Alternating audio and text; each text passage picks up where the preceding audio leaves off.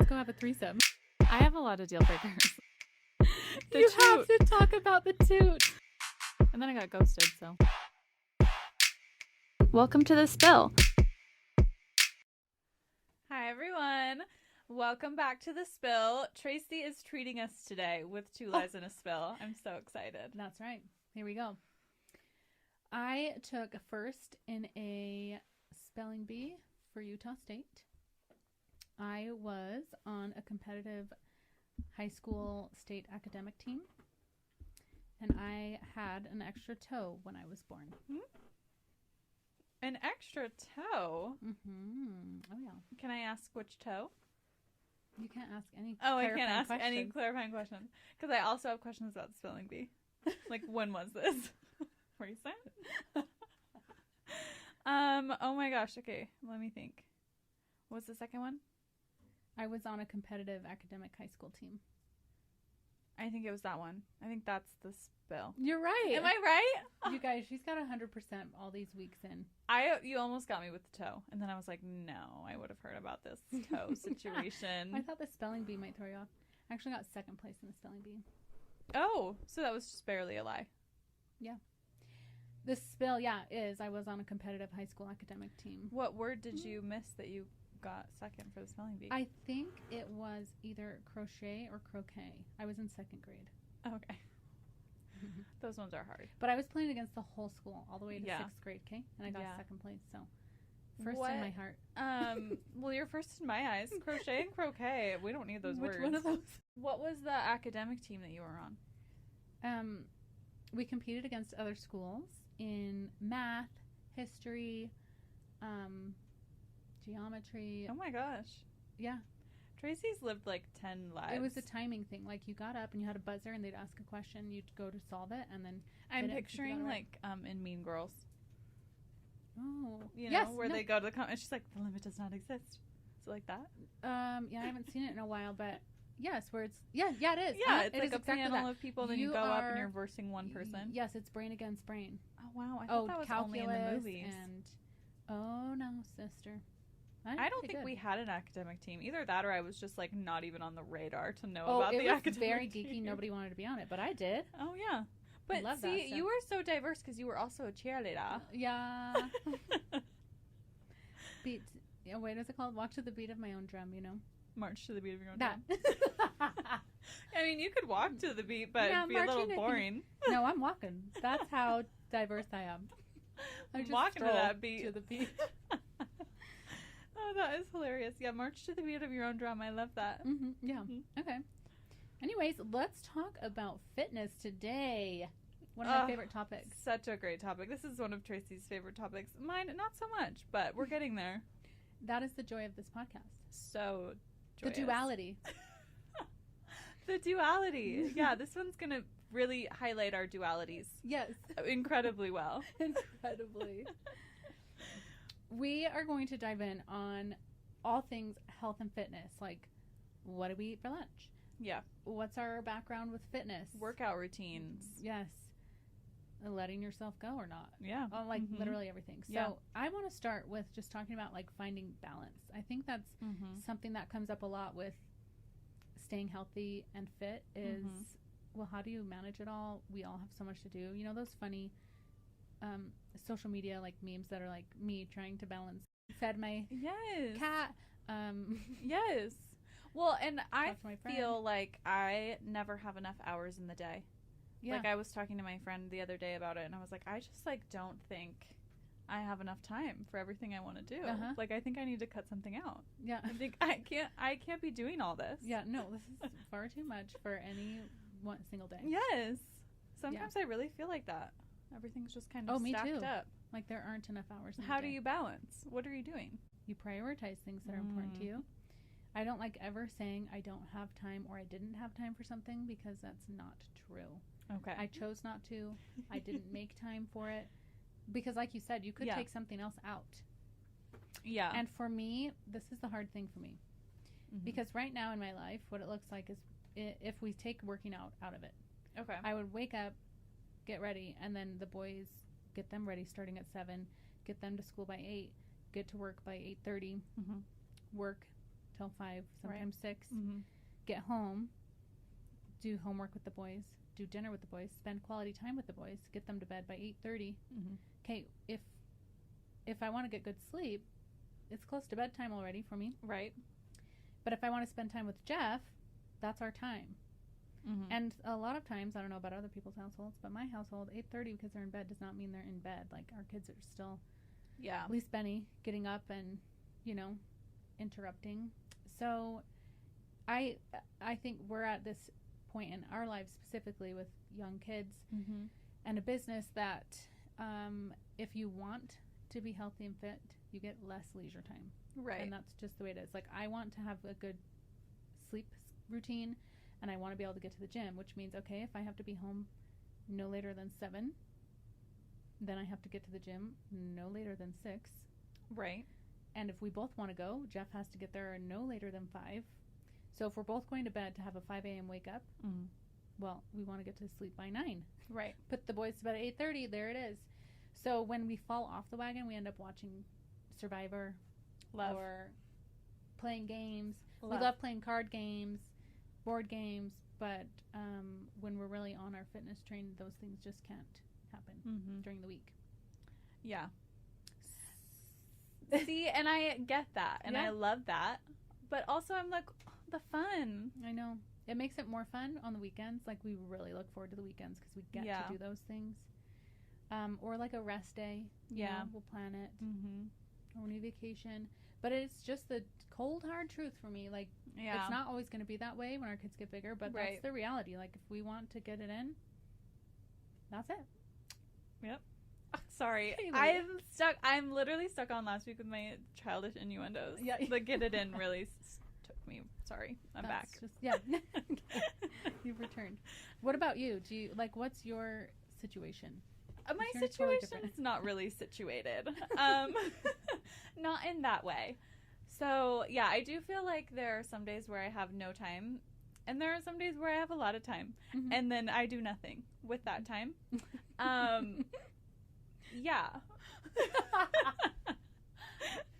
So I don't really have like a really like set gym schedule. I go with my friend Ellie right now. She had me sign up to her gym, which is, I'm not going to say the name of the gym, but it's a very intimidating gym. Okay. It's all equipment. It's not like Planet Fitness style. Like, there's no cute colors. There's no tanning bed. Red light, green light. There's no red light. Like, it's all equipment literally packed in there. Okay. So close together, just like a tiny little walkways in between the equipment. Don't know how to use most of it. There's not instructions on it. Like, it's just straight up equipment. So I'm scared to go there by myself. So I got the membership to go with my friend Ellie. Yes. And her and I just have very different sketches. Yeah. And we're not functioning at the best morning people level. So we kind of are just hitting the gym when the stars align. When the stars align, which is proving to not be very frequent right now. Like once, twice a week? Yeah, probably. Yeah. And I feel good when I go, and I like go. Well, that's not true. Let's get this. I think I just lied for no reason. So I feel. So this is. No, okay. I just lied. Okay. So I don't actually. Sorry. Okay. Don't lie. I'm literally crying. Me too. Okay. No, we're being honest. Okay, so actually what I meant to say was I don't feel good going, or like I don't feel good before, I don't feel good during, and I really don't feel good after. Okay, great. The time that I like really feel good is like the next day or like the next morning when I feel like a little bit sore, but I feel like I really did something, you know? But I don't like going. Everybody there is really intimidating. And I know everyone says, like, no one at the gym is looking at you. No one at the gym is looking at you. Yes, they are. Yes, they are. Yes, but does it matter? No, it doesn't matter. But yes, they are. But yes, they are. I'm sorry. I don't have blinders on at the gym. I have eyes on. I'm looking. I'm looking. Yeah. And so I know other people are looking, okay? We're not like people Stevie Wonder at the gym. They might be inspired by you. I don't think at that gym I'm inspiring anyone. That gym is like full like people bodybuilding. Like when we went last week, there was a girl and a guy like literally having a conversation about like competing and like cutting and like signing up for a competition like in the next 4 weeks. And she was like, oh yeah, you'd have to do like a crazy cut, like, and they're like flexing in the mirror together. And I was like trying to do my hip thrust with my double chin, like totally. I can totally relate. Yeah, because my form wasn't very good, but don't worry, Ellie corrected me. Yeah, I'm more like 6 weeks out. I'm just, getting started. So yeah, I'm still like trying to figure out like what's best for me at the gym. I'm thinking about starting Pilates. I know. I've actually always wanted to try that. Well, I think you should. Well, I won't. What? What just happened? I won't be making time. I won't be doing that. Well, because I have my whole routine. Where am I going to do that? Maybe I'll do it once in a while. Yeah, just like come on like a random day. Yeah, I'll do that. Because the whole plan is that me and Mariah are going to go at the butt crack of dawn in the morning, do a Pilates class, yes, and then carry on with our day. Yep. So that's my plan. I just need to like get into the routine. I feel like right now I like can't really get into a routine. But you get up early. I know. I know. Yeah. I do She's get gone up over early. the hurdle that most people. I'm a morning person. I was born at like 5:30 in the morning, and I fully believe that has everything to do with like if you're a morning person or an evening person. When were you born? I don't know. We've talked about this. Yeah, I don't know. I would venture to say that you're a morning person. Mm-hmm. Like you were born in the morning. Mm-hmm. Yeah. I would too. Yeah. So my routine is not really routine. I would like to get that a little bit more refined. Mm-hmm. How many days a week, like, would you want to be going, like, ideally? I mean, ideally, I would want to do, like, 3 or 4 days a week. Mm-hmm. A couple rest days, just because I'm not a sadist. I want to sleep in sometimes. You know? Yeah, okay. Like, I like the working out and, like, feeling better and, like, doing all that stuff, but I wouldn't say that it's, like, my passion. Mm-hmm. Just want to be healthy. Yeah, and I want to look good in a swimsuit. Who doesn't? Also, I saw that tankinis were coming back, and I swear to God, if I'm paying that much monthly for a gym membership, and I'm going to the gym and I'm working out and I'm doing Pilates and all this shit just for tankinis to come back, I'm not wearing that. No, you're not gonna catch me in a full tank. No, this summer. Absolutely. Because then I would just stop going to the gym right now. It's coming back as a trend. Tankinis for this summer. Subscribing to that. No, literally, I'm gonna be wearing pasties and a thong. Yeah. If I'm working this hard, get out of here. Good. Take your tankini elsewhere. Yeah. That tankini could make a lot of pasties. Okay. Think environmental friendliness. Just fabric wise, yeah. Mm-hmm. Okay, well that's interesting. Yeah, I used to be like a lot better, like, back over the summer and like. Even like last spring, like spring, summer into fall, I was doing one-on-one training with Ellie, who's a personal trainer, and I was going to the gym very regularly and doing my weekly check-ins and doing my measurements and tracking what I was eating. Like the whole thing just really was all coming together. And then I went on a couple trips in August and just fell off the wagon. And now I'm just barely back on the wagon. Pulling myself from under the wheel of the wagon. Yeah. The wagon. It's so hard to get back on the wagon, though. I know. That's one of the reasons I like to go 5 or 6 days a week. Yeah. Even 7, and just have it be like a 7 chill moment. Yeah, just go every day, but like you go sit in the sauna or stretch, because you stay on the wagon. It feels, it's like from the book Atomic Habits. Yes, which is on my TBR. Yeah. But like it needs to be easy. Otherwise you're not going to do it. And it's easier for me to have a daily routine. It just is like mindless. Like you just go. There's never a reason not to. Like if I have a cold, well, go. Yeah. And do something that's healing, stretching. If you didn't get a lot of sleep, then find a time to go later in the day. Okay. There's a reason to not go. I'm sick. I mean, of course, really sick. Obviously, let your body heal. But like if you're just not feeling good, or you're too tired, or whatever, there's tons of excuses we tell ourselves. Yeah. Like we will talk ourselves out of anything to stay in a bed. Oh, I can. Or to stay in front of a TV, or to stay on a couch. You know, I can talk myself into anything. Yeah. Oh, yeah. Me too. And I find that if there's just no excuse, like I just always go. Yeah. Then it's easier to stay with it, you know? Yeah. I would love to get into that kind of a routine. And I think Pilates is really going to be that for me. Yeah. I'm excited about it. I've never tried it. You've tried it, but not like a full class, right? Yeah. I have tried Pilates once before, and it was just in a girl's house, and she was practicing or training to be a Pilates instructor, and she had the reformer at her house, and I went with my friend Zab, and it was actually one of the hardest things I've ever done. Really? Oh yeah. It was incredibly difficult. Zab was actually really good at it. Amazing. But I was not very good. I'm a little bit nervous to like embarrass myself in the class, but I actually like think it'll be really good for me to overcome that hurdle. Yeah, true. And just like do hard things. But yeah, we're gonna like bounce around to a couple studios and like try out a couple classes, figure out what studio we like, because it's kind of expensive. I know. Like, I want to like the studio I go to. Class pass? Yeah. Could you I get thought that? about Is there it. multiple Pilates studios on that? Oh, that's a good idea. Just for your testing period. Yeah, just for my testing For period. those who don't know, the class pass is a like thing, like a membership where other companies can put their business in there, so you could go to different yoga, fitness, cycling classes, all on the same pass. Mm-hmm. Which, yeah, I feel like I just need to find. There's a couple Pilates studios that have like other things other than Pilates, like they do like the yoga, and they do like a couple like HIIT things and like cycling and whatever. And I feel like that's more of like a place where I would thrive. More your style. Versus like weights at the gym. Because it's kind of scary. What's scary about it though? Just like everything. Intimidating, like you don't know what you're doing?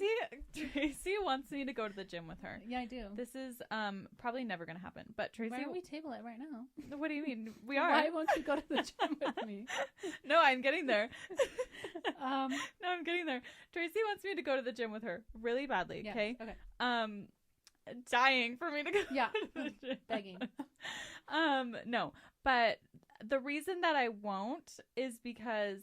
I don't really know what I'm doing. The only reason I know what I'm doing is because Ellie's there, and she literally has to show me what I'm doing before I do it. Like, I don't even know how to use some of the machines. Like, even sometimes in a set, I forget how to do the workout. Well, that's okay. No, because... Yeah. No, because Tracy, you are very, like, you go hard at the gym. Yeah. You do, like, army-style workouts, and I'm scared I would be crushed under a weight. Not every time. No, not every time. And not on this new program. It's mostly strength training. Mm-hmm. It's just supersetted. I feel like I would really, really stunt your workout. I'd be like crushed under a weight in the back, and Tracy would be like, "I'm moving on. I have to move on. I only have 30 minutes. I'm gonna lose my flow. I'm gonna lose my momentum." No, I'm just, yeah, I don't know. I really want her to come with me because she says stuff like, I want to see if it's possible for me to get a six-pack. I'm like, oh my God, let me help you. Let me see if I could get you a six-pack. Like, that gives me a lot of passion. It's like a full experiment. And yeah, and then she won't let me do it. And I say, I'm at the gym every morning, 6 a.m. See you there. It's very predictable. I'll see you there. Yeah. I never see her there. Well, I also don't have a membership there. Yeah, but you could get a guest pass. There's, you know what? How much is a guest pass? At that little $20 place. for one session. Wow. I know. It's quite expensive. It's a members only place. I'm also a little bit nervous because we do have a track record of this happening.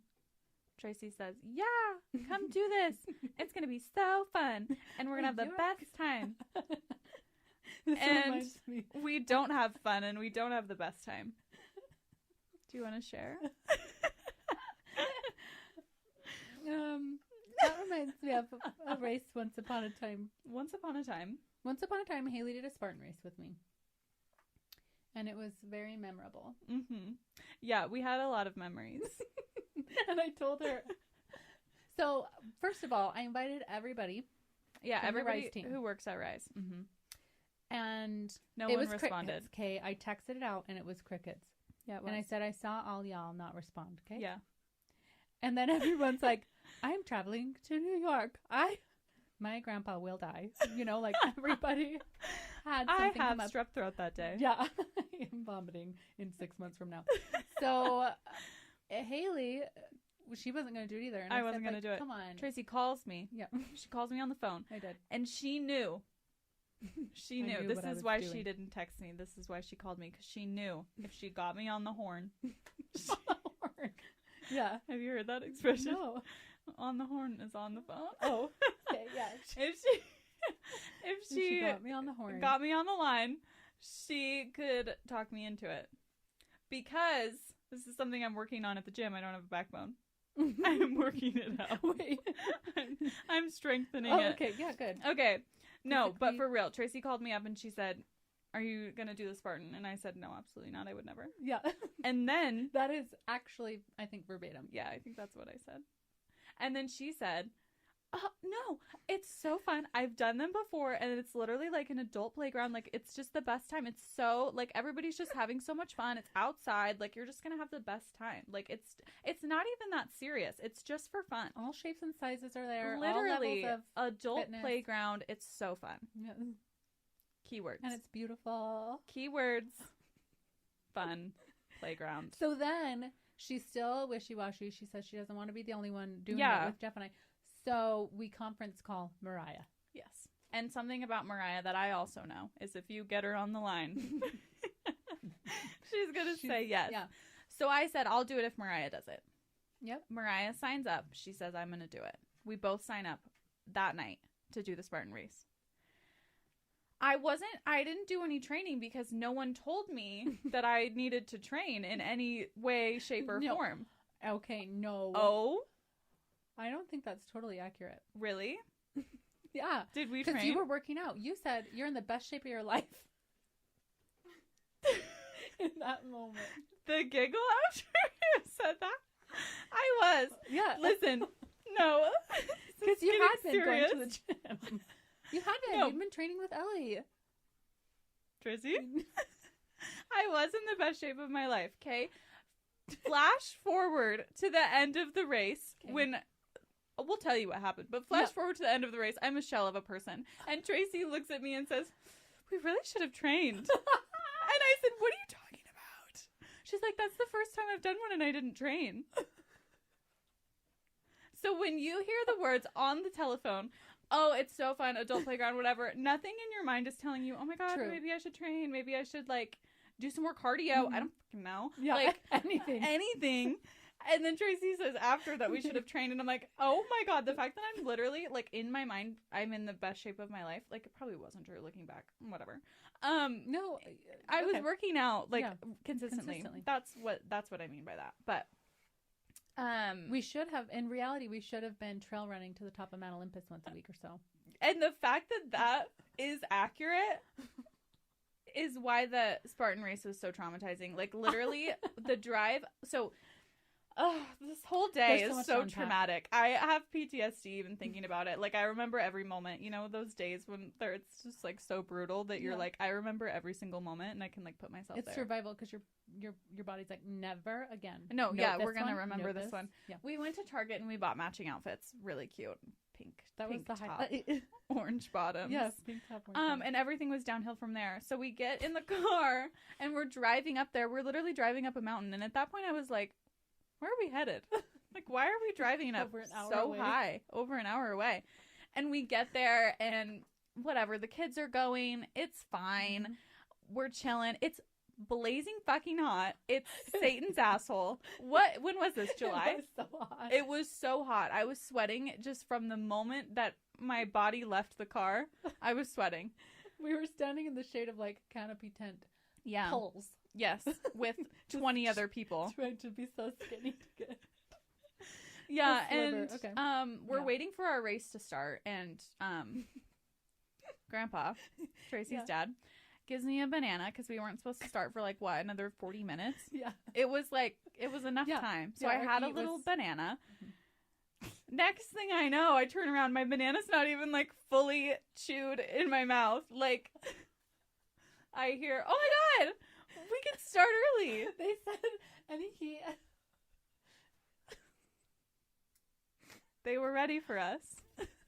So let's go start now. Yeah. I'm like, full banana in my mouth. It's fine. Yeah. So we're jogging up there. Yes. I literally this day, oh my God, we're jogging up there, and then I see what's going on. There are fire hoses. There are men with fire hoses at the start line. At the start line, before you even get to the start line. Yeah, true. This was pre-start line, which honestly should be illegal. I don't know how they're allowed to harass me. No, I did not sign up for this. We haven't even started. There's barbed wire. Wait, it was barbed wire? Yeah, it was barbed wire. Yeah. Mm-hmm. We had to crawl in. Yes, we had to crawl under the barbed wire while being hosed down head to toe by a fire hose at point blank range, like from me to like this camera right here, like literally so close. Like the men were laughing at me. I could hear their conversation. They were so close to me. No, they were. This wasn't a long distance. So we had to do that, and then you recover from that, and you're fully drenched from head to toe. My feet are wet. Pissed. My socks are dripping because then after that, there's a couple quotable moments. Please, I can't remember exactly what you said when we walked up on. When we walked up to the fire hoses. Yeah, you said something like. I probably said I'm not fucking doing that. Yeah, I'm pretty sure that's no fucking way. Something like no, because I was so shocked. Yeah. No one had told me that it involved water in that way. Or, no one had informed me that there was going to be any hose of any kind. Because then after that, okay, you're dripping wet. Soggy shoes, yeah. No, imagine this. You're dripping wet. Mm-hmm. You have just taken a dip in the ocean. Yes, in an aggressive ocean. And then there's a wall that you have to scale to even get to the start line. You're still not at the start line, people. You're still not there. You have to scale this mother effing wall. I don't even know how tall. 6 feet? Probably. Yeah, probably. I couldn't get up. Taller than us. I couldn't get up because I'm fucking slippy. And it's just flat. It's a wooden wall. No, it's literally a wooden wall. There's nothing to grip to. And guess who? No one told me that I needed any proper footwear. Yeah. No one said, you know what you should consider? Getting a pair of shoes with some fucking grip on the bottom. You know what you should think about? Not wearing your worn out Nikes. You dummy? That you could slip. No, literally. On a Target floor in. No, these shoes were literally so worn down. I wore my oldest shoes because I thought, no, this was my thought process. They were going to get dirty because we were running outside. And so I was like, well, let me just wear a pair of shoes that I don't care about and are 80 years old. So I'm trying to grip up this wall with these slippy-ass shoes that were slippy to begin with, and now they're wet. Like, it was just awful. Okay, so I finally get up the wall. You're in this corral of people at the start line because they haven't started yet. So they're, like, corralling you all like a bunch of fucking farm animals. And they're yelling stuff. I don't even remember, like, some kind of positive. Some kind of positive reinforcement. I don't even remember. I was, like, blacked out at that point. I'm like, can we stop screaming? Like, I just can't be here. I'm overstimulated. So they're yelling, whatever. Oh, yeah. I am Spartan. Yeah, that's what it was. Okay. Maybe my problem was that I didn't do the chant. You're like, maybe I didn't activate something inside my soul. That was it. And I think they were also spraying water at that point. Something was being sprayed on me at that point. I don't know if it was like mud or what. It was something. Because I remember thinking, what the fuck? So then we're running, whatever. Traci also failed to mention that we were running up a ski hill. The elevation gain, guys. What is that? Like, what is that elevation gain? I don't even know. Wasn't it like 16 or 1700? Yeah. Almost 2,000 feet of elevation. You're running up it, sopping fucking wet. On dirt and rocks. On dirt and rocks. No traction on your shoes. Just picture it. Just picture it. Like, it's absolutely awful. And also, while you're running up the ski hill, you're not just running. Like, it's not just like, keep going. Like, push through, whatever. You have to stop and do these fucking horrifying obstacles. Horrifying obstacles. Like, literally, like, torturous. Like, I think this is what they do to people, like, in Guantanamo. Like, it's unimaginable. No. We also had to climb a second wall. This was the playground I was referring to. Yeah, this was the adult playground. So fun. I had already scaled 2 6-foot walls at this point. We're running up. We get around the bend. The second obstacle course that we got to was the sled pole. where you had to pull the sled down. No, you had to pull a metal sled. It's like a metal sled with 40 pounds on it. And you're doing it in the dirt. And obviously, we're not the first heat of the day. We were like in the afternoon. And so this dirt area has the most massive divots you've ever seen. This is not a smooth surface. It's not a smooth surface. And you're pulling a chain. Yes. Mm-hmm. Yeah. Yeah, it's not like a cute little grip. Yeah. Mm-hmm. So you're pulling it. It's bouncing in these holes because you're trying to pull it really fast, but like not too fast, whatever. So you're pulling it backwards. I'm running backwards. Yeah, and it's metal and sharp, so it's digging its own gouges. Yes, as well. Correct. Yeah. Yes. And so at one point when I'm pulling it, and I'm going backwards, I trip in one of the holes and I fall and I pull the sled over my leg. So just picture that. Just let that marinate. I'm on the ground. Less than a mile in. With the sled over my leg. Yep. So once I surgically remove my leg from underneath the sled, I think to myself, I'm fucking done. Yeah. I'm done. This was it. Sure I want to like literally call an ambulance. Call an ambulance. For me. Helicopter. Literally, someone needs to life flight me out of here. So that happens, and then Traci goes, "Are you okay?" I'm like, "No, I'm not okay." So then after that is when we proceed to like go a couple more steps, and that's when I think to myself like, "Wow, that banana's like right in my throat." That banana's like right there. So I have to literally pull over, and I'm throwing up. I throw up in public. There are people running past me, literally like parked on the side of the road, throwing up. Yeah. It was awful. We had a gal stop. Remember her? Yeah. Oh, I remember her. I do. If she's listening to this, let this be a lesson for you. Yeah, you were so great, but like not right there. But this is our feedback. Yeah. So she stops. She stops the first time. Oh, yeah. Does she need water? Which we didn't. First of all, she was accompanied by Jeff and I, so it's not like she was all alone with nobody. I was kind of pulled off facing. She was in the weeds. Facing away. Yeah, and then Jeff and Traci were more towards the road. I was trying to protect her. Yeah. Uh-huh. So this gal stops and says, "Oh, are you okay? Do you need some water?" And I respond for Haley. I say, "No, I think she's all right." And then she says, "Okay, do you want a granola bar?" Yeah, she's like, "I have snacks. Do you want like a granola bar or something?"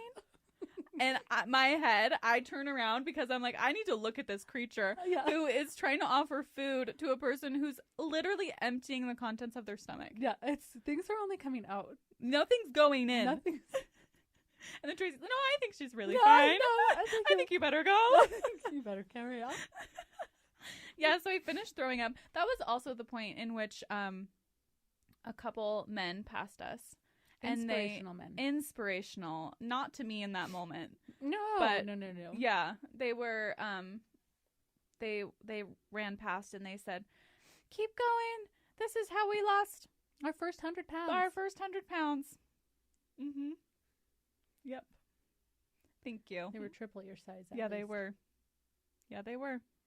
And they were making good time. I never saw them again. I assumed they lapped us. Like, yeah, maybe. I assumed that they were way in front of us. Because I wasn't going very fast. Or they gave up. You never know. Yeah, maybe they did. Yeah, so after I threw up, we kept going. And there's not really any going back. Because there's like people driving these cars. Like little, they're like 4x4s or like a big red or whatever, you know, like that. But I was scared to get in one because I've heard a horror story from Traci about one of those rolling down the mountain. So I felt like my option was, we need to tell that story another time too. I feel like my option was death or death. Yeah. Mm-hmm. Like either death by me completing this obstacle course or like real death. Mm-hmm. Yeah. Yeah. So we kept going. There were a couple obstacles that I decided to not participate in because you literally couldn't fucking pay me to do them. You couldn't. You could not. Like, they were heinous. They were foul. This is my favorite one. We're getting kind of close. I feel like Yeah. Well, this was after we, had descended the hill that I sled down with my fucking shoes. I was literally, Jeff had to soccer mom me at one point because I about slipped down the whole mountain. Yeah. You were getting clotheslined by Jeff. Yeah, I was. Yeah, I was literally hanging onto his arm like a little baby monkey because I had no grip on my shoes. This is not an exaggeration. I'm not exaggerating. Like, I've never felt more out of control of my body than at that moment. And there's other people, like, running behind you and, like, to the sides of you. And I'm just, like, fully skating down this. And it was long because you're going now down a ski slope. Yeah, and there was one point where we had to carry weighted bags down part of the hill, and I couldn't even do that because I was slipping. And imagine me carrying a 30-pound bag just trying to support my own self. So Jeff had to carry my bag, thank God. But yeah, we had descended down the mountain. Imagine if it was just me and you. No, I literally would have been done. That's it. Done. You would have pushed me down the mountain. Yeah. One of us would not have been here today. No, I literally, I was hanging on to Jeff.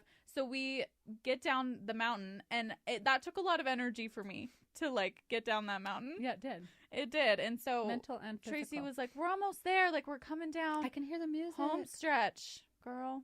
And then what happened? Well, I want to paint this picture for you. Haley's walking quite a ways away from me. I'm not sure why.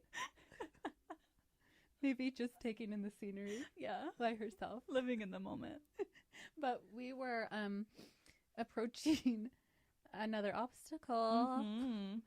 And as we round the corner and it's in full sight, it is the bucket carry where you fill a bucket with rocks, like a Home Depot bucket. You carry it up the mountain and back down. And I just have a question. Why would you ever want to do that? Why would you ever want to do that? So why would you ever need to do that?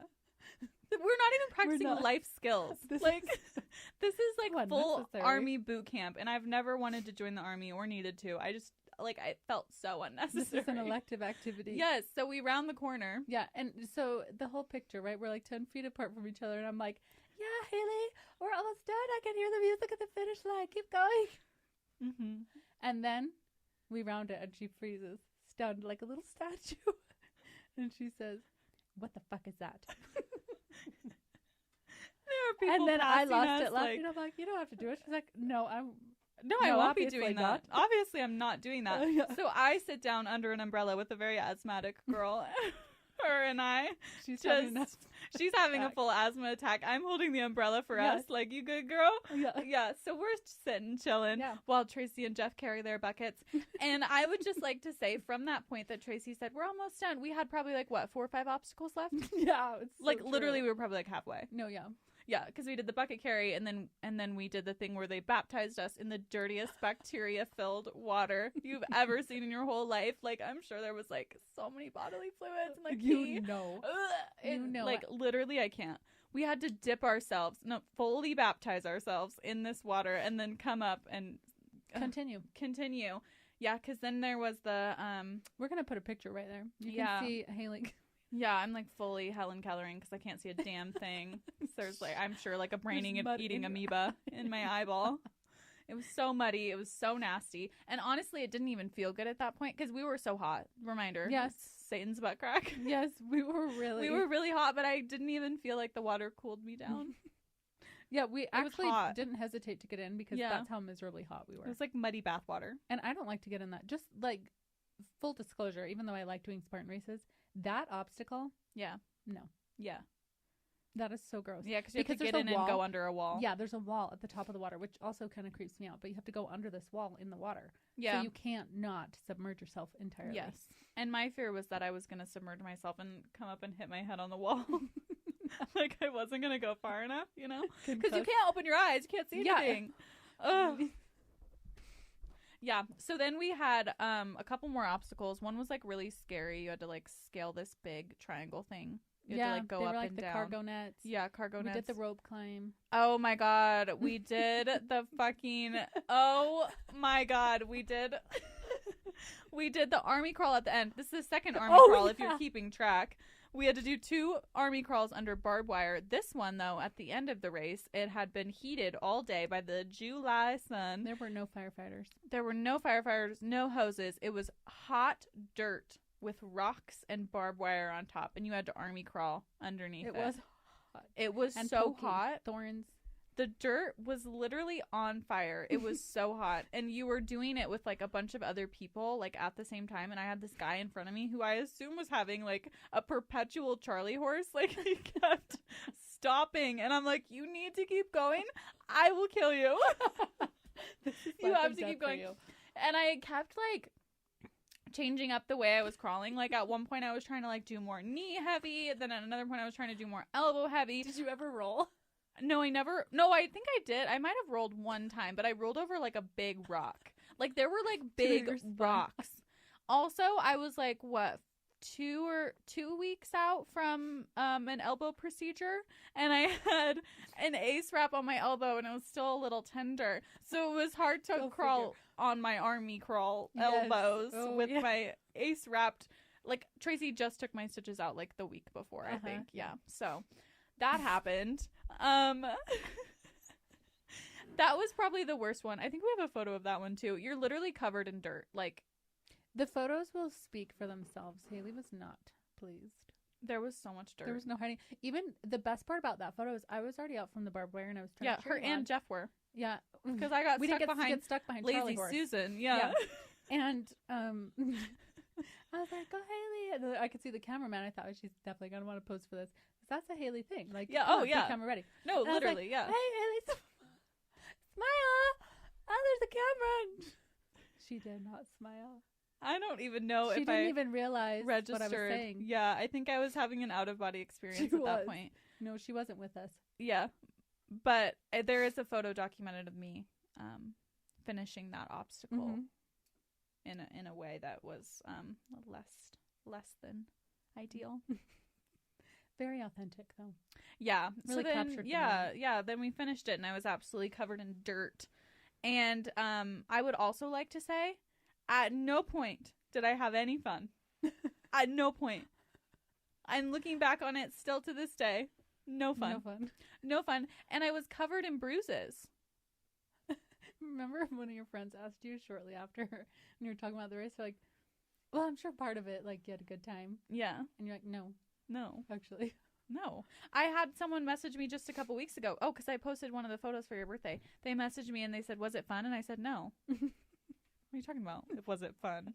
No. Stupid question. Are you kidding me? Yeah. So, yeah, I was recovering from that for, like, a good couple weeks. She was so bruised. I had so many bruises. It looked like someone took a baseball bat to her legs. Yeah, they were big. They were big bruises. I think I'm being dramatic. I'm not being dramatic. I'm a dramatic person, but none of this retelling was dramatic. No, nope. Thank you. All for sure. Thank you. I was there. Saw it in the flesh. Yeah. So I will not be doing one of those again. I think we're trying to make them an annual thing. I won't be participating. And if you see me at a Spartan race participating, do a mental welfare check because something's not right.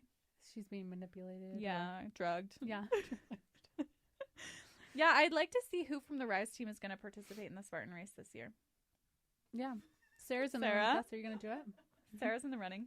Maybe next year. Maybe next year. What's so bad about this year? 2024 is the year. The story's never very encouraging. Yeah. You know? I should tell my story. All set a while ago. Oh, really? Yeah. Oh. And then I know, Sarah. You were Well, all Tracy's done like 3. No, like 8. Oh. Sorry, I didn't mean to lowball you. Oh my gosh. 8 of them. Would you say that one that we did was the worst one? No. Oh, really? I was the least trained for it. Yeah, it was.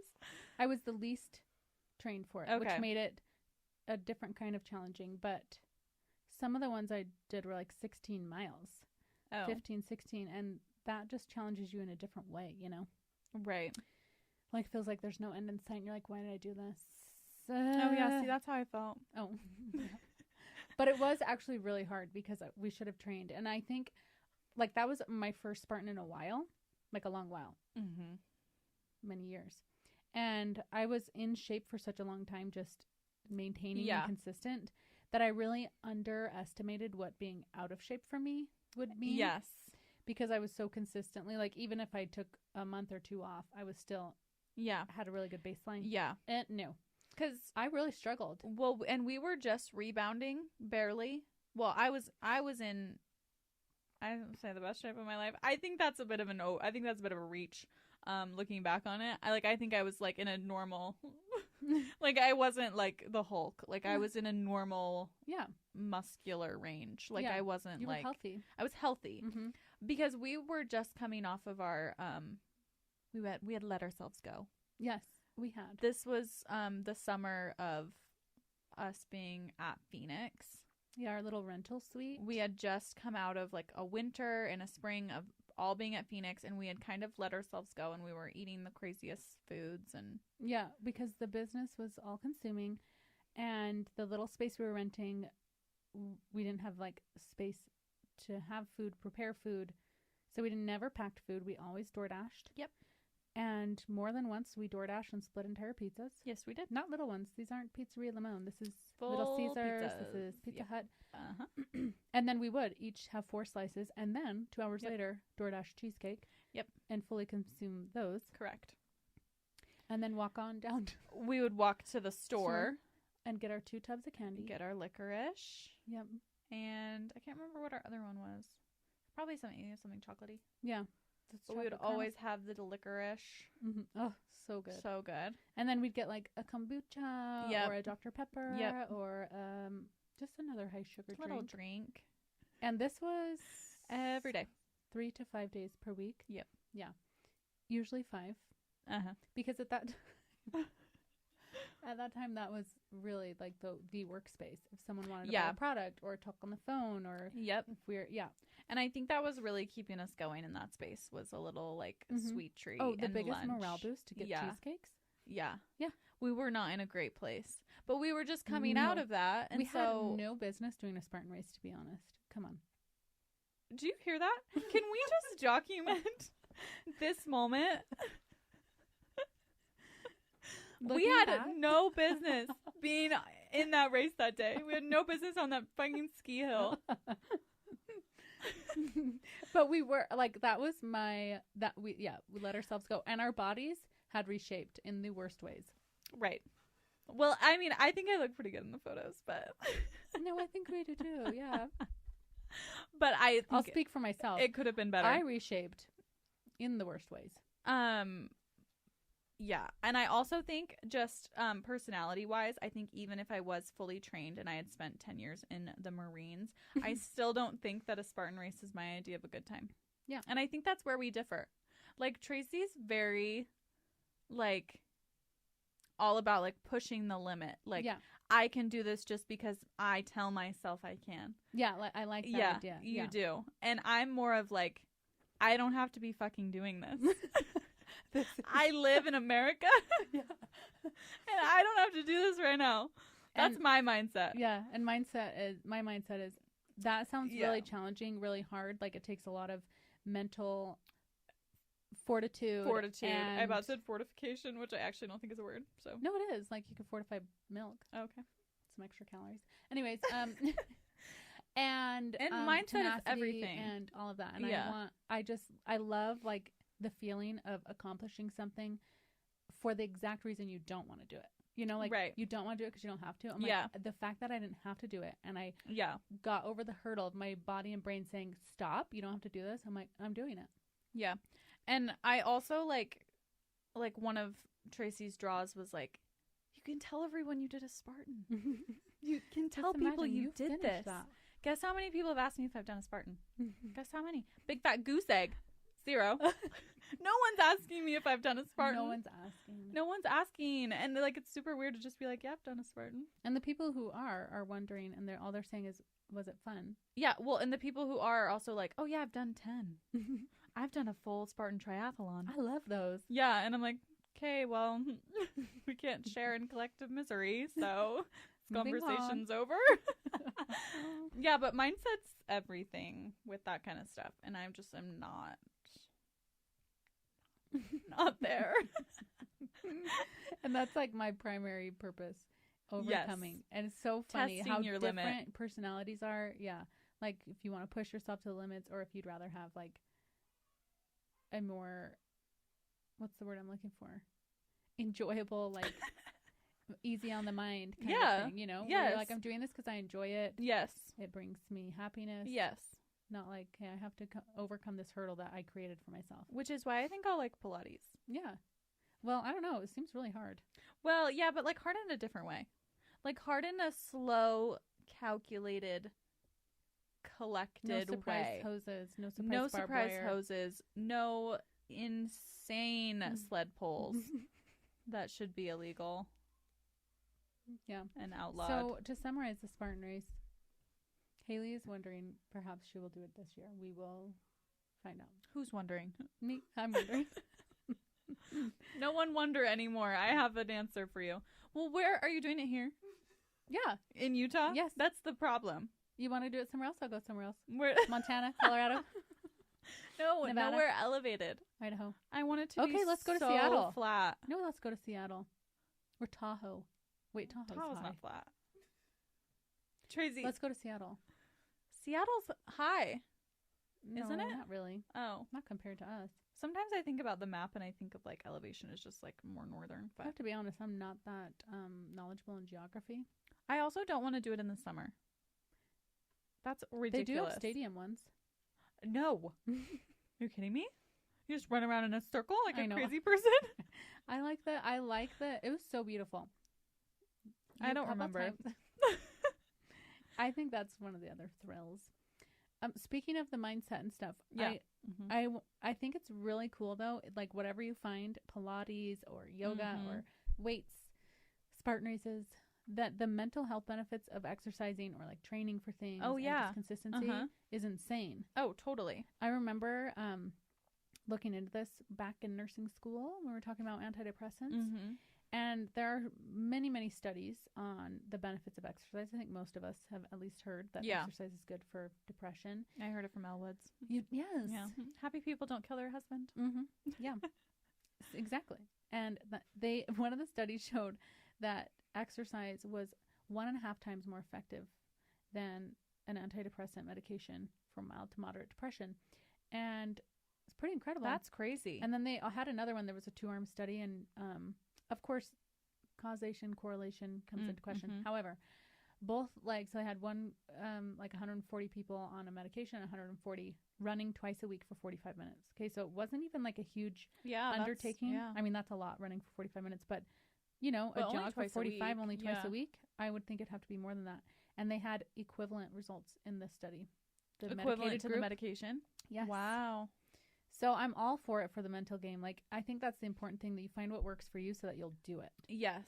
Because, like, you don't want to train for a Spartan race. Maybe you'll do one again one day with people who don't need to do all the obstacles along with you or whatever. Right.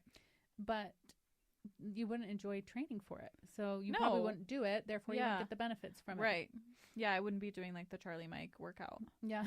But I do think that's interesting because we are such, like, a heavily medicated society. Yes. And, like, I would also say we're not a heavily working out society. I think our lifestyle in America is a pretty I think our pool here is a little skewed because people are very active here, but I think for the majority of the country that's not the case. Yeah, I mean the obesity numbers tell so the story. And I think the medication numbers are probably also oh, for sure, you know. So yeah, and there's a time and a place, of course. Like, I've prescribed those medications before because there's a time and a place. Yeah. But I also think it's really sad that that's not like our first line of defense, is to like help people find something enjoyable for physical activity to help them mentally, because there's so many things. Even the side effect we were talking about on our episode with Cute Mindy. Oh yeah. And not being able to orgasm because of an anti-anxiety medication. Which is another thing that releases endorphins. Yes. So, like, we can't be, like, solving one problem and creating another. And exercise doesn't do that. You know, medications can. So I'm a huge proponent for, like, find what works for you, what you love. Yeah, because there's so many different types of exercise. Like, you don't have to be going and lifting weights. Like, yeah. It doesn't have to look like that. You don't have to have an hour in the gym. You could go to the park and go on a walk. You can swim. You can hike. All sorts of stuff. Yeah, I love that. It is such a good mental health boost. I always feel better when I go. Oh, me too. Like, and when you finally get on the wagon, right? Like, that's how I feel. Like, when I'm trying to get on the wagon, it's actually almost feels like a mental health burden. Yeah. Because I feel bad about myself for not going, not sticking to it. Like, no, I agree. I'm so lazy, or I'm unmotivated, or I let myself down. Yeah. But once you get on the wagon, you get through the mental hurdle of like showing up for yourself, and you're like, I'm doing the damn thing. Like even just that alone, I think is a good mental health boost, you know, aside from the physical benefit. Totally. Yeah. No, I agree. I think we're all hard on ourselves. That's another reason Atomic Habits is such a good book. Yeah. You know, like just creating those new habits. Because I think that's the hard thing. It's like, well, how do you get on the wagon? Yeah. Like, what is the difference between someone who's on the wagon, stays on the wagon, and is enjoying the wagon? Right. Because it sounds like it's not fun. Even running. Remember our running moments? Yeah, I tried to train for, I don't know who I was last year. Like, I don't remember her. But I was trying to train for a half marathon. No, full marathon. I was trying to train for a full marathon. Yeah. Mm-hmm. Yeah, like barely. I think that's being generous. We ran a couple times. Yeah. And I wanted to die. Yeah. But I kept telling her it sucks when you first try anything. Yeah. And running is I also threw up on that run. She did, on the side of a residential neighborhood. Side of a road. And a woman stopped her car. Yeah, she did. I don't know why everyone's like, no, that's the reaction I should have, Sarah. Like, how sweet. But the reaction I had was, can everyone not mind their fucking business? Like I'm clearly fine. Tracy's right there. Yeah, I'm there. You guys, it's fine. I'm offended. Like, you don't think I'm capable of handling this situation? Yeah, and that was because I ate a granola bar. Yeah. I think you gave me it. I did. I ate a granola as well. Yeah. So it was I did throw up, and then we did go on another run, and that was up the canyon on the side of the road. You sound that in such a fun memory to look back on. It was awful. It was really bad. She was also, not very happy. She's like, are you kidding me? I'm like, oh, I thought it'd be so fun and beautiful. And she thought she was going to get ran over by a car. Yeah, because that was a real possibility. You act like it's out of the realm of possibility. That was real. That real. Could have happened. That's real. Because the side of the road was a little sliver. Yeah. It wasn't like there was a running lane or a biking lane. It was just the side of the road. Right past us. They were. And it was the car and then us to the right. And then to the right of us was the cliff. Yep. Into a stream. Yeah. You choose a really shallow stream. Choose what you'd like. And hit your noggin on a rock. Mm-hmm. No, you would. Yeah. So I think maybe I should get hypnotized. Yeah. Change my mindset. Yeah. I don't know. So. Well, the habit, have you heard of habit stacking? No. These are all things that I need to read the book. Yeah, you should. But habit stacking is kind of interesting. Like if you already have a ritual that you're doing, you can add things to it to stack your habits. Like let's say every single morning you walk your dogs. Yes. Then it's like, okay, well, every single morning while I walk my dogs, I'm going to drink my green juice or something like that. Okay, I do that. I walk my dogs and I listen to my podcast. Amazing. Yeah. Yeah. Mm-hmm. See? And then you can stack whatever you want. Or like in the mornings when I want to get a lot of stuff done that's on my I want to be a better person list, I am in the shower and I have my protein drink in the shower and I listen to my audiobook in the shower. Wow. Yeah. So, it's just like stacking the habits, but I'm already there. Yeah, that's why we got to be putting them all spaced out and making it overwhelming. Yeah. But it makes it so you're more likely to do the new habit too, because you already have a carved out space and time that's already attractive to you. Mm-hmm. The 4 laws of new habits. It's like make it easy, attractive, satisfying, and obvious.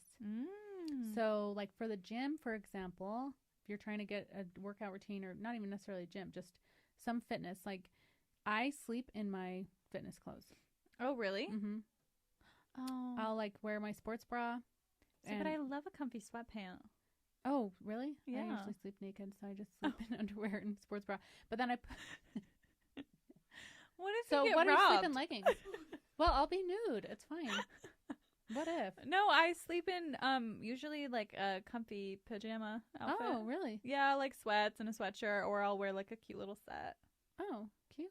Yeah. No. It's kind of fun. I'm either nude or I'm in my workout set. Oh. And whatever I don't have on my body, I have next to my bed. So that when I wake up, I don't have to go rifle through my clothes, figure out what to wear. It's there with my socks, shoes. Yeah. Everything's ready to go. And then Jeff does the same thing. His is out on the bathroom counter the night before. He's got his whole workout, whatever. His toothbrush is out. Like everything's ready. So you can go into autopilot. because it makes it seem a lot more unattractive when you're like, hey, so I need to get up, I need to go get an outfit, I need to get dressed, I need to go to the bathroom, I need to get my toothbrush ready, you know? Yeah. It's just like, oh, everything is here for me. It would be stupid not to go. I think this is probably not an atomic habit, but I also think like buying cute workout sets is incredibly motivating. Well, that's the whole satisfying thing, you know? Yeah. Like, hey, if you go for a week, like you can buy that new set from Lulu. Uh-huh. And what's the other one? Easy, obvious, attractive. One thing that works for me if I fall off the wagon, because I love listening to my audiobooks or music or whatever it is that you're like, or podcast. Yeah. I tell myself, you can't listen to that unless you listen to it at the gym first. So like while I'm warming up on the treadmill for 5 minutes or while I'm stretching at the end, I'll listen. Yeah. And when I'm really off the wagon, I'm not in the mood to do anything really workouty. I want like, I'll go sit there and stretch and like do light weights. Like, I don't know. It just takes me a minute to like warm up to the idea of doing an intense workout. So sometimes I'll just like go sit in the sauna for 20 minutes and listen to my book, but then I can listen to it. It's like a reward for me. It's like a reward. If I don't do it, I don't get to listen to it that day at all. If I do, then I can listen to it, whatever. It's pretty nerdy, but if you could think. Well, and see, that's like going back to it. That's the mental discipline. Because some people, me, maybe, wouldn't do that. They'd be like, well, I'm just going to listen to it anyway. Oh. You know what I mean? Yeah. Like your rules, your rule breaker for your own self. Yeah. Like I'm setting the rule. So like I can also break the rule. Like I can say that rule sucks. Yeah. That rule was stupid when I thought of it. And like, I'll do it next time. But like, I'm going to do it this way this time. You know? Oh, like, interesting. I've literally never thought of that. It's not a possibility that you can break your own rule that you set for yourself. No, otherwise it won't work. Well, yeah. I am. Sarah, have you ever done that? No, all the time. Yeah. All the time. Yeah. I'm like, tomorrow. Yeah, like I'll set it. I'll do it again. Whatever. No. Really? Yeah. Oh no. See, that's the difference in mindset. Like this is also why I need to read the Atomic Habits book because I think it'll really help me. But like the mindset, I'm like, well, I'll just do what I want. Mm-hmm. Yeah, well, I'm not going to go. I'm so exposed. And I will listen to it right here in my bed. Yeah. Yeah, like no one's going to know that I broke the rule. I set the rule for myself. Well, the whole point of making it attractive, though, is so that you want to go. So you don't want to break the rules. So, like, maybe that wouldn't take it for you. But what if it was like you got to see your best friend and that's the only time you got to see her because you were so busy or something? Like, you have your accountability partner as your best friend. And when you go, you get to, like, gossip or something.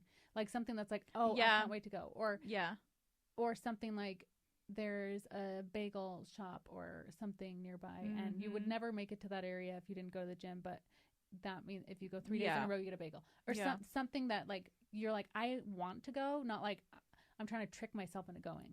If you're trying to trick yourself, then it's not easy or attractive. It's actually the opposite of that. If it's more cumbersome to your mind, so you want to have something that would inspire you, like a new outfit, you know. And even just like wearing the new set, like you don't get to wear the set until you go to the gym. You don't just get to wear it around your house or something, you know?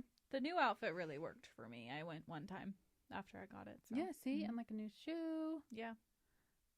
That would really work for me. You have to find something that works for you, though, that like really makes it attractive and easy. And then the opposite is true if you're trying to get rid of a habit. You want to make it unattractive and difficult. Yeah. Like you want to make barriers invisible. So if you have treats in your house and you can't stop eating them, get them out of the house. Make them invisible. Out of sight, out of mind. Or make it unattractive, like whatever. If you want to buy, you like constantly stop at the soda shop. It's like, okay, you can only pay cash. You know, stuff that's like, oh my God, that's such a headache. I'd have to go to the bank I'd have to go to an ATM. You know? And it's not really out of the possibility that you'd never have cash. Just like that's kind of a lot. Yeah. Or you have to wash your car. I don't know. Yeah. Tie something that's like, makes it a burden. That makes it too hard. I do that when I start. Yeah. I don't know. Yeah. No, I like that. I think I need to start implementing that kind of stuff for myself. It's so empowering when you feel like, wow, I actually have control, because our minds are really very powerful. You could have whatever life you want. Truly. Like your daily. Inspiring. Thank you. But it really is. Yeah. Yeah. You could do literally anything you want. I want to have a 6-pack. Yeah. So come to the gym with me. I will. 6 a.m. every morning. I'm so scared. Tracy went on a whole body recomp journey. Oh, yeah. We should talk about our recent journeys. I didn't even know what a body recomp was. Yeah. A body recomp means that you're changing the composition of your body. Yeah. So instead of saying like, I'm going to go burn fat, I'm going to go build muscle, like cut or bulk or whatever terminology you want to use, or I'm going to go get shape for cardio. Like there's a lot of different goals. A recomp means I'm reshaping and recomping my body for health or aesthetic benefit or both. Mm-hmm. Because muscle mass has direct ties to longevity and health and like prevention of chronic disease. So it's always better to have a good amount of lean mass. And then of course the opposite is true. If you have more an excess of fat or visceral fat, your chances of chronic disease and longevity are, you know, your chances of longevity are less and your chance of chronic disease is more. So which really triggers me for my hypochondriac self. Yeah. Like, yeah, there's that benefit, but then there's also the benefit of reshaping your body, which I will consider sharing that or not. My photo, remember my photo of my transformation? Wait, you should. It's my full ass though. Oh. But either way, I have, so I gave myself a goal. I did a DEXA scan and then did this recomp, and which I guided myself. You could hire a trainer to do it, or you can talk to Danny about doing it if you get on our weight loss or wellness stuff at Rise. But the recomp was all about building muscle and having fat loss be a product of increased muscle mass. Okay, so I was not at a deficit calorie-wise. I was eating like 2,000, 2,200 calories a day, I'd say. And then the only thing I did with my diet was make sure I got at least 100 grams of protein a day, intuitively eat, which means I've done things before like counting macros and paying attention to calories that I have a pretty good idea of what I'm consuming without tracking. A brand new newbie maybe would want to track proteins, fats, carbs, calories, but I did not. That's cumbersome if you can do without it. Yeah, that's something I don't even know how to do. Yeah, but it's easy. It's super easy to track. And then I focused on getting a lot of water. So really all I was doing was making sure I had enough protein, making sure I had enough water. And then I'd pick a random day. Like, let's say I'd get to the end of the day, Thursday, and be like, that felt like a pretty like mindless day. Like I was just eating, which was the whole point of intuitive eating. And I would backtrack my food and see how I was doing. Because you want to make sure you're consuming enough calories, enough protein, healthy amount of fat, right? So I did that. And then in the gym, I was going to the gym 6 days a week, sometimes 5, and lifting weights. Yeah. And I'd have one cardio day, like a 30-minute low-intensity cardio day. And my results at 8 weeks, I went back and got a DEXA scan. And the whole point was just for fun. Everyone's like worried that I have some body dysmorphia. You guys. It's fine. Or like that you're on medication. Yes, everyone assumes I'm on semaglutide or tirzepatide. No, no. I didn't like the way my body was shaped before, but I wasn't mean to myself. I'd walk around in a bikini. It's not like I was like hating on. Anyways, I just want to clarify that because I think a lot of people assumed that. But anyways, the whole idea was like, I know how to dial it in and I enjoy doing that. I enjoy like the challenge of like, can I increase muscle and lose fat and still have a good relationship with food and have a good time? So anyways, the recomp, I ended up gaining, I think like 3.5 pounds of fat. Gaining 3.5 pounds of muscle and lost 5 pounds of fat. Wow. Which is awesome. Crazy. Yeah. And how long was that time frame? 8 weeks. Wow. Yeah. So the pictures are incredible because my whole body was reshaping, right? I had less fat around the waist. I had built a little bit more in my booty. Yeah.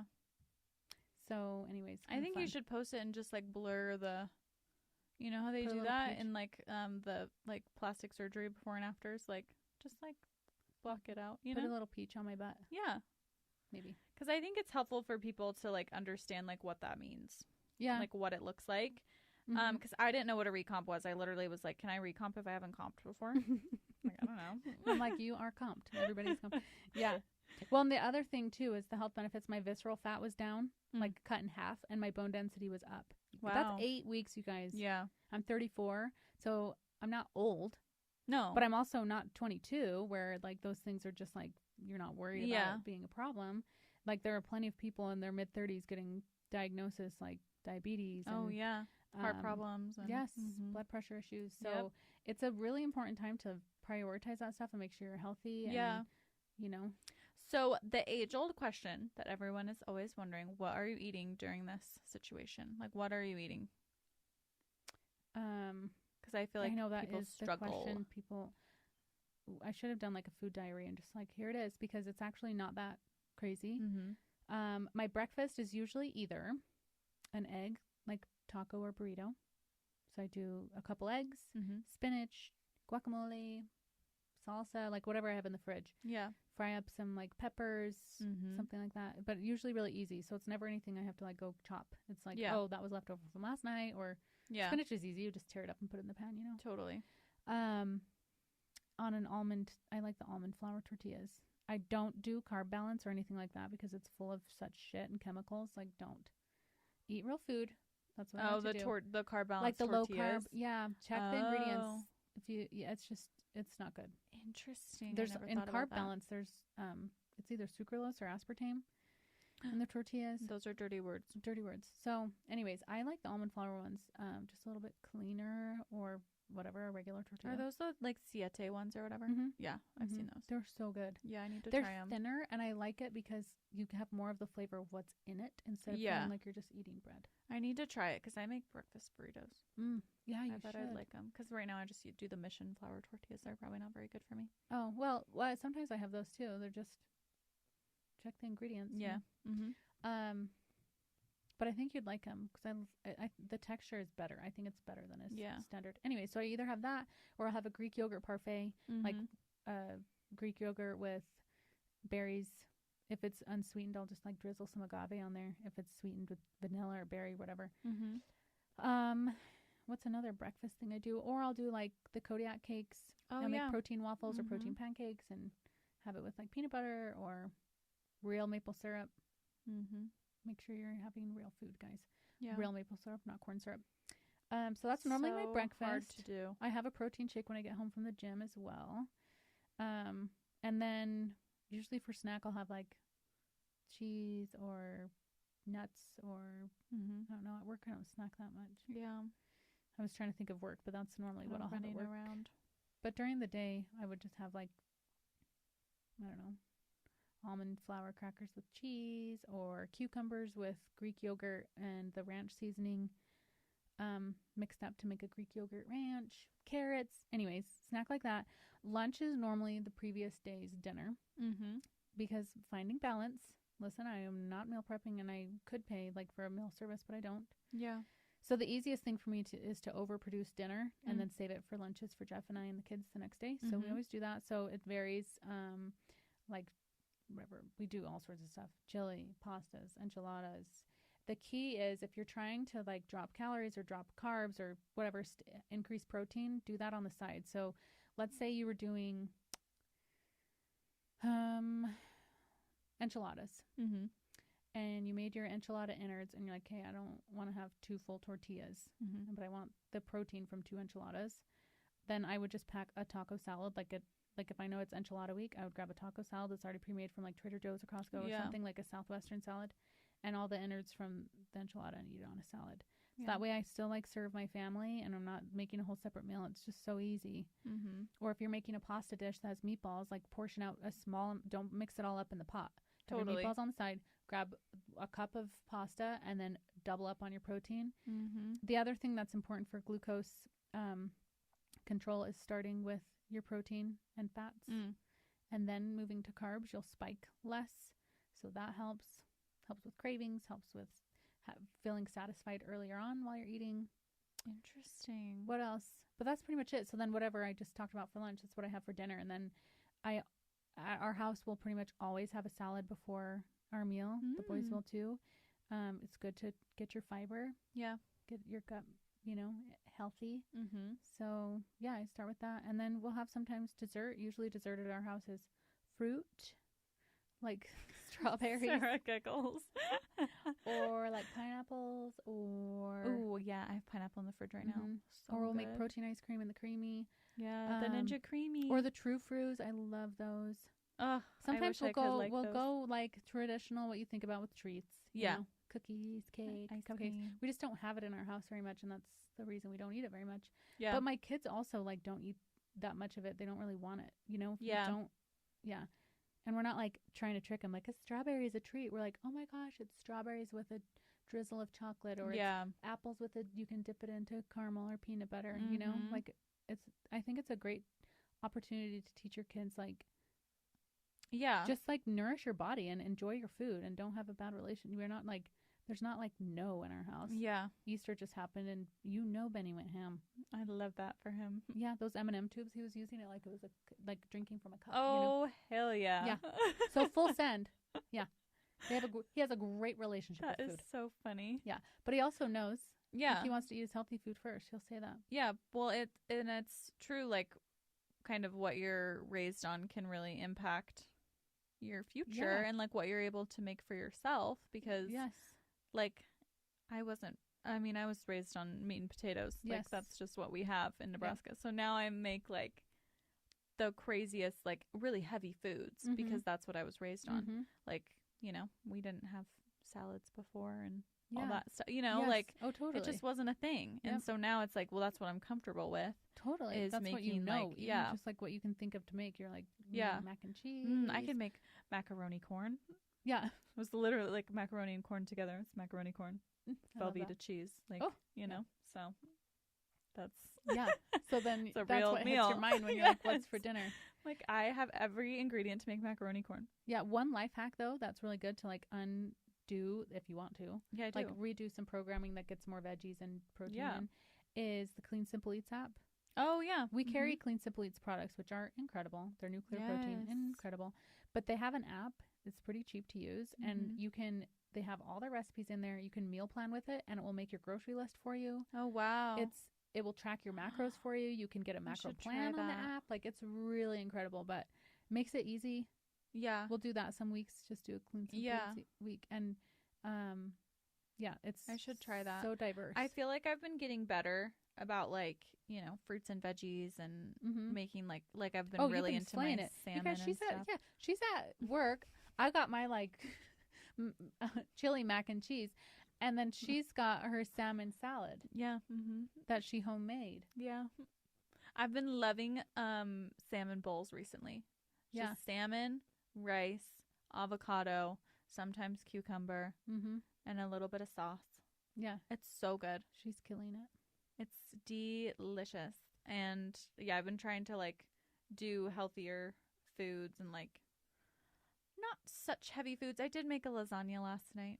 So yeah, but see that you should just feel good about that. Now, this is what I would say. Did you have good protein? If you didn't, I'd put protein on the side.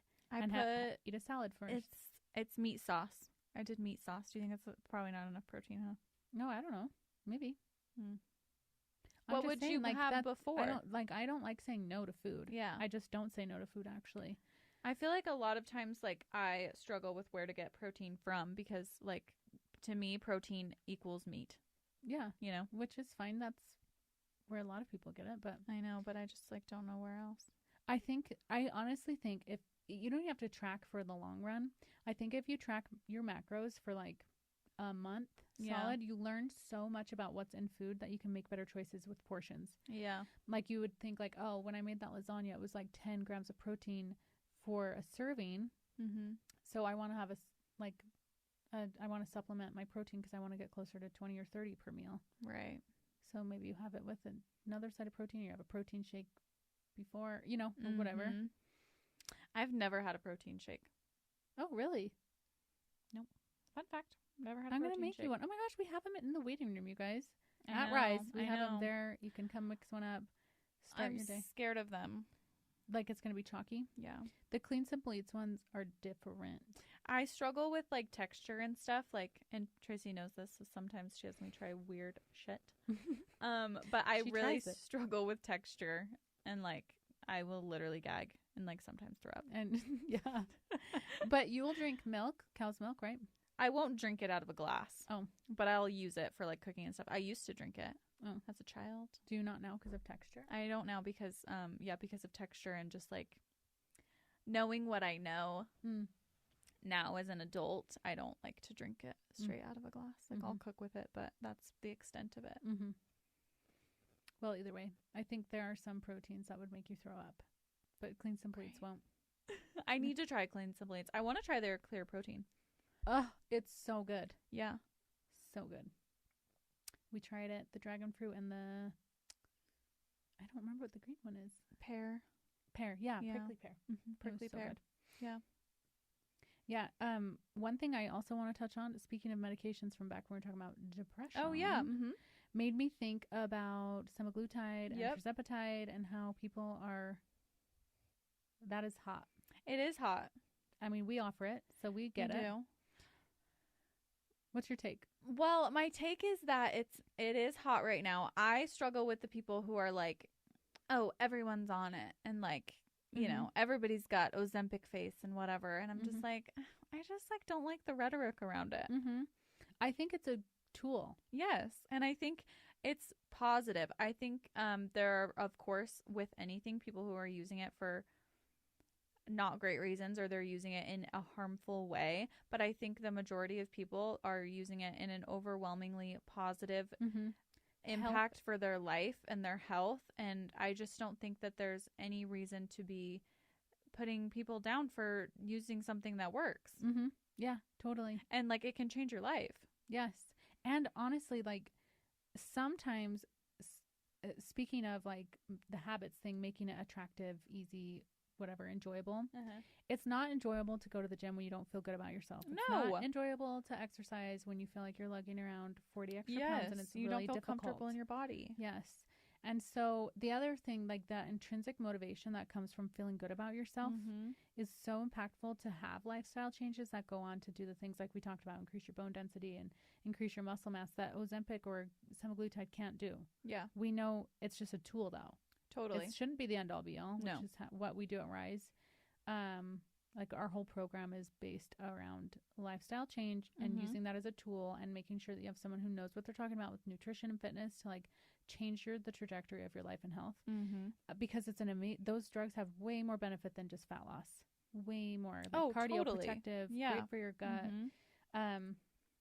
And so, but the problem is there's a ton of people out there prescribing it to make money. The most profitable way to do it is never talk to the patient again. Prescribe it, make the money, and then move on and make more patients join your program. And or have someone who shouldn't be coaching them coach them because it's cheap to pay them. It's just really frustrating to see as a prescriber that happening. Yes. When we spend a lot of time with our weight loss patients making sure that they get the very best outcome. And I think that's where people get like the whole like people saying like, oh my God, just wait for the class action lawsuit of Ozempic and Wegovy and whatever in 10 years. Like it's going to have horrible side effects and whatever. Like this medication's been around for already decades. Yes. I think the issue that we're going to run into is people who are, prescribing it incorrectly or like taking it incorrectly. Like you're going to run into kidney issues and pancreas issues, but like it's safe. Yeah. It's totally safe. Like it's not like... It's not the medication. It's the prescriber. Not the medication. They're either over-prescribing or getting it from a shady compounding pharmacy. So, totally. Yeah, I love it. And we have seen incredible transformations, life-changing transformations. And I just don't think there's anything negative to be said about people getting off their depression medication, getting off their blood pressure medication, getting off their thyroid medication, like clearing up their acne. Like, it goes on and on. Yeah. And there's some people out there who are just, like, so hateful. Yes. Like, dude, move on. Get over it. Well, you don't have to take it. Yeah, no one's forcing you. No one's injecting it in your body. But people are thriving on it. And, like, I just don't understand where people get off being like, oh, my God, everybody's on Ozempic and everybody's on... First of all, not everyone is on Ozempic. That's a name brand. But also be informed. Like, if you're going to form an opinion, be informed. Because you can think it's horrible and stupid and unnecessary, but... Most of that opinion comes from misunderstanding the medication itself. The other thing is, no one's taking it from diabetic patients. Okay, no one's ripping it from the hands of a diabetic. No, because guess what? It's a different. The one that is covered for insurance for diabetics is not available to me for the weight loss program. Yeah. I couldn't if I wanted to. Yes. So. Yeah, let's settle the score. I see people in comments on like people posting on TikTok all the time. They're like, my best friend's cousin's aunt can't get her Ozempic because of people like you. Like, first of all, that's a lie. Yes, and I will say there are other GLP-1s medications available. But the other thing is that the medication for anyone is incredibly impactful. Yes. So especially if you're prescribing it correctly. Yes. Should we be hoarding medication for people who want to lose an extra 3 pounds? No.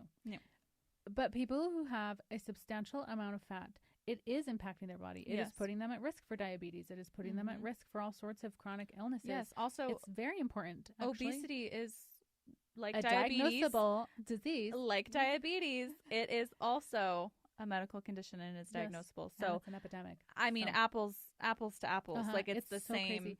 What's unfortunate is it's not covered by insurance as easily.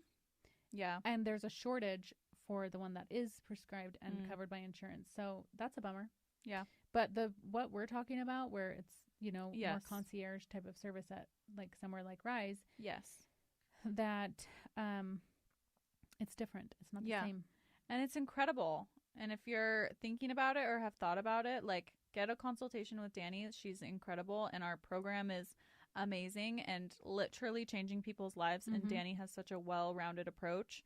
Like it just, I mean, it only improves your life. And I just don't understand why people are hating on it. I know. So good. I know. I think it's because I think it got a bad rap because there are people that are getting way too frail on it. Yeah. And they're doing it too rapidly and they're all losing muscle and that's hard on your body, and people have pancreas issues and people aren't screening because they're just prescribing to anyone. So I think that's what happens. Yes. Which is not the patient's fault. No, it isn't. Providers, just like in injectables, like say no to the girl with big lips who wants more in her lips. Yes. Say no to the people who are not good candidates for it. Which we have done. We have done. We've had people knocking on our door that are not candidates for even our program, which is incredibly well-rounded and hands-on. They're not candidates for it. No.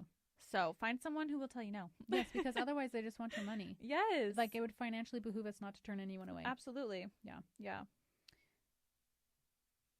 Are you ready for my moment? Oh, yes. Pop culture. Let's Anything else on this topic? I don't Any think final thoughts? No. Any questions? I'm seeing if I have questions for you. Questions for me? About my workout? Stuff. Oh my gosh. I never thought anyone would have any questions for me about my workout. If you do Pilates, are you going to keep lifting? Yeah. Oh, okay, good. Well, I guess it depends. Here I go again lying.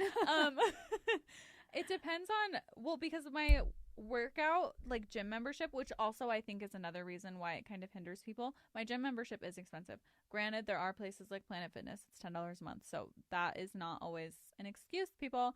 But but I do get it. So my gym membership is like $117 a month, I think, which is really expensive. Oh, What's that? Wait, well, how much is your gym? Mine's $800 for the year. Oh. How much is so it now per I'm month? Really upset because Can I divide? Can someone divide that for me? That would be hold on. 80 divided by 12. Oh. What is it? $66 a month. Half. Haley, no. Okay.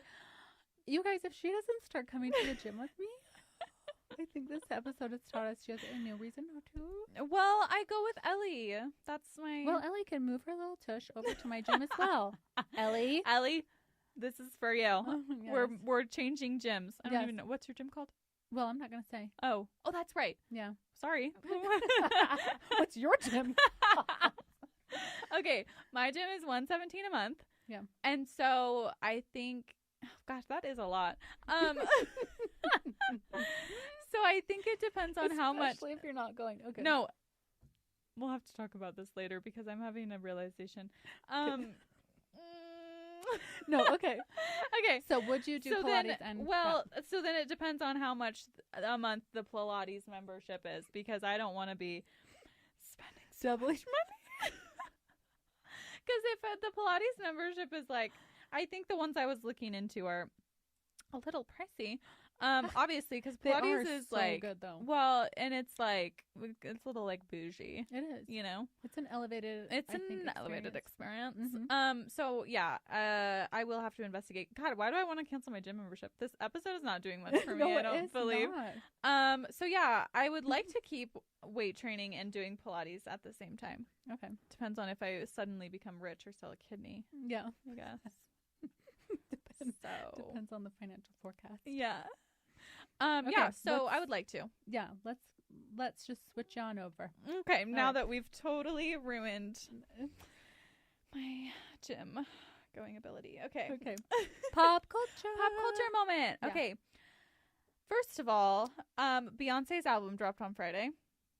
Did you listen to it? Nope, didn't know that happened. Didn't quite cross your desk. No. I should have texted you. Yeah. I texted you the countdown, which I knew you already probably had. This bush is like in my in my hair today. Yeah, no, I saw your countdown. I thought maybe you got one of because Spotify was sending out little cards saying that you're a this is so cheesy, but like you're a member of the Tortured Poets Department. No. It's like a little placard. You got that. I thought that's what you were sending me. Did you get that? Yeah, I did. No, because I'm an Apple Music user, you know. That's right. Yeah. We've got to stop. They don't have placards on there. If they do, I didn't get one, so. Yeah, you got to do Spotify. It's really where Taylor Swift likes to shine. Anyway, so Beyonce released her album. It's under the category of country, but in the intro she says like, this is not a country album, this is a Beyonce album. Okay, love that. I love that. So I've listened to a couple of the songs. First of all, it's 27 songs, so it will take me 10 business days to listen to.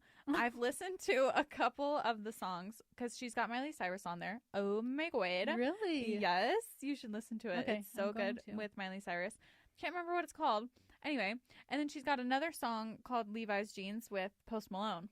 Oh Love. my gosh. Posty is just like popping off right in now. it. Mm-hmm. I would love to see him at the 7-Eleven. I know. That's a real potential. I want to see him. Neighbor. Hey, neighbor. He's so cute. Anyway, so. And Texas Hold'em is on that one? Yes. And 16 Carriages, which I love 16 Carriages as well. Yeah, so I haven't made it the whole way through yet, but she wrote this album because of something that happened at the CMT Awards back in, I think it was 2016 when she was performing with the Dixie Chicks. She did not get a great response from the audience, and I guess there was a little kerfuffle backstage between like this is the episode of me using really weird words. Yeah, that is. Between her and some unnamed Sorry. I like that word. No, I've never heard it, and I love it. Kerfuffle. Kerfuffle, yeah. Okay. It means, I don't know what the actual definition like is. a scuffle. But like a little like altercation. Okay. A little like exchange of words. Okay. With some unnamed country artists. I'm guessing they were male because I wouldn't put it past them. But she didn't feel welcomed in the country music space, even though she is literally from Houston, Texas. And also, like, genres are not, like, you don't have to, like, look a certain way or sound a certain way. Like, so fucking weird. It is crazy. It's crazy. And her performance with the Dixie Chicks, loved. Legendary. Obsessed. Well, it's pretty much, like, scrubbed from the internet now, I feel. But I'll try to find it and send it to you. It's really good. So yeah, she came out with a country album. Everybody thinks that this is her ploy for album of the year because she's never won album of the year at the Grammys ever. And it is a big snub because Lemonade was really good. But yeah, everyone thinks that this is her album of the year. But Tortured Poets Department is also coming out during the eligibility for this year. So we'll just have to see. But so far, I'm really liking it. It'll take me a couple listens. The people that are coming out and saying like, oh my God, this album is so not good and it's not going to be album of the year. I'm like, it just came out. You've listened to it one time the whole way through. How are you going to say that? Yeah. Give it a second. It's literally Beyonce. She does no wrong. Yeah. Okay. Next. So yeah, you should listen to that. I will. Next, Gypsy Rose Blanchard has separated from her husband that she married while she was in prison. I don't know who that is. Tracy, you're not going to sit across from me and look me in the eye and tell me you don't know who Gypsy Rose Blanchard is. Never heard of her. How much time do we Sounds have? made up. No. Gypsy Rose Blanchard. Okay, Gypsy Rose. Mm-hmm. She's the one who basically hired her boyfriend at the time to murder her mom because her mom had Munchausen by proxy, which has a different name now that I can't remember the name of. But she had Munchausen by proxy and was doing that to Gypsy, her daughter. Mm-hmm. Her name was Dee Dee. Dee Dee was basically like poisoning her. She couldn't walk. She had a wheelchair. She had glasses. She had a feeding tube. She had her teeth removed. Like it was it was a crazy case of abuse with Munchausen by proxy. And essentially when Gypsy got older and this was still happening to her, like she kind of started to realize like, oh my God, I can walk. Like why am I in a wheelchair? Like she was coming to the realization she was not like fully mentally developed because she'd been on these drugs and like whatever, you know, so she was kind of like a little girl. She really liked Disney, whatever, but then she started going on the computer while her mom was asleep because she was getting older and she was like searching things on the computer. She meets this guy online.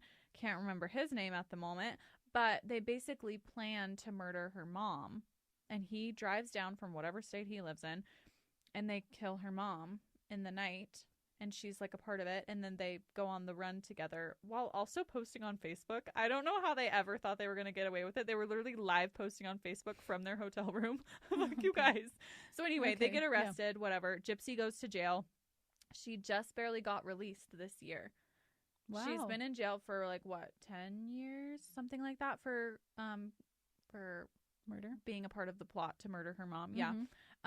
Which I think it's a whole different lane. It's very complicated because she was being abused. Anyway, her boyfriend that she was with at the time is still in jail. But anyway, while she was in jail, she got married to this school teacher guy. Can't remember his name either. I should really do some research before I get on here. No, yeah. She marries this guy. They're together while she's in prison. She gets out. They're still together. She's like, it's in all these interviews saying that the dick is fire. Like, she's talking about him in such a crazy way. It's actually wild. And then she just released a statement that they are in fact separated and getting a divorce. She's only been out for like a couple months. Oh. Yeah, it's like 2 months. Oh my gosh. I know. So she hasn't said why. I need you to, there's so much like lore around this. I need you to like really do a deep dive. There's a Hulu show about it. Oh. It's called The Act. It's really good. It's really hard to watch, but it's really good. No, this is really sad. It's really sad. Yeah, so they're separating. And I really hope the best for her. She's been through a lot, and I hope she like gets to like be on her own and kind of like live her life, because she's never really gotten to do that. She went from being imprisoned by her mother to being actually imprisoned, and then she comes out and she's already married to this guy, which I'm sure he's great. Maybe not. I don't know. But they're getting separated for a reason, so. Did you hear she's pregnant? What? It's not like a proven fact, but the rumor word on the street is she's pregnant. The rumor mill's turning out that she's pregnant. I didn't see that. Okay, why would you? That doesn't. That'll be interesting to follow. I struggle with that, with her being pregnant, because I just don't know, like, that stresses me out for her, because I'm like, you've never been on your own. You've never lived your life. Let's like, not do the baby right now. You're barely getting started. Like, you need to just like be with yourself. Yes. Yeah. So I really hope the best for her. She's she got a shit hand. Yeah, she did. So wow. But yeah, anyway, Gypsy Rose Blanchard. There is a photo of me from 7th grade that people said I looked like Gypsy Rose Blanchard. So that's really crazy. Yeah, it's crazy. From when she had a feeding tube and glasses and she was bald. So like, okay, everybody's so rude. Anyway. That's a real story. Oh my gosh. Okay. I can't respond. Okay. I know. Please don't. I'll show you the photo though. I was dressed as Queen Elizabeth. Oh. Wow, the plot thickens. I know. So anyway, the third one is there were a set of conjoined twins who were married. Are you so glad I picked this one? It was between that or Puxatawny Phil. We might still have time for Puxatawny. Their names are Abby and is it Brittany? Abby and Brittany. I know about these twins. You do? Yeah. Yes. Yeah. I don't know about this recent stuff, but I know about them. Yeah, they're in their 20s now. Yeah, they're in their 20s now. So apparently Abby, right? Abby, not Brittany. Abby, a couple years ago got married, and it's just now coming out into the public that just Abby got married to this guy. Wow. How do we feel? It leads so many questions. So they're conjoined twins. They have this is gonna get so strange. Okay, so they have separate heads. They're kind of like connected at the chest, and then everything from that point on is shared. So they have one vagina. Did you read like an interview, or how did you get this information? I saw, this is what I say when I saw something on TikTok. I say I saw an article, but I really saw it on TikTok. Okay, I was just wondering like what they had to say about it. They haven't said anything. Oh, really? They haven't. Yeah, we need to wait until they have something to say, because that's their life. Yeah. That's all they've got.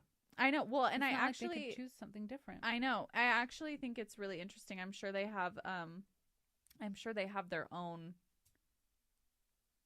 set their own system. Right, their own system, which is incredibly different from what anyone else is doing. But clearly it's working for them. They've been married for like a couple years now. Oh. Yeah.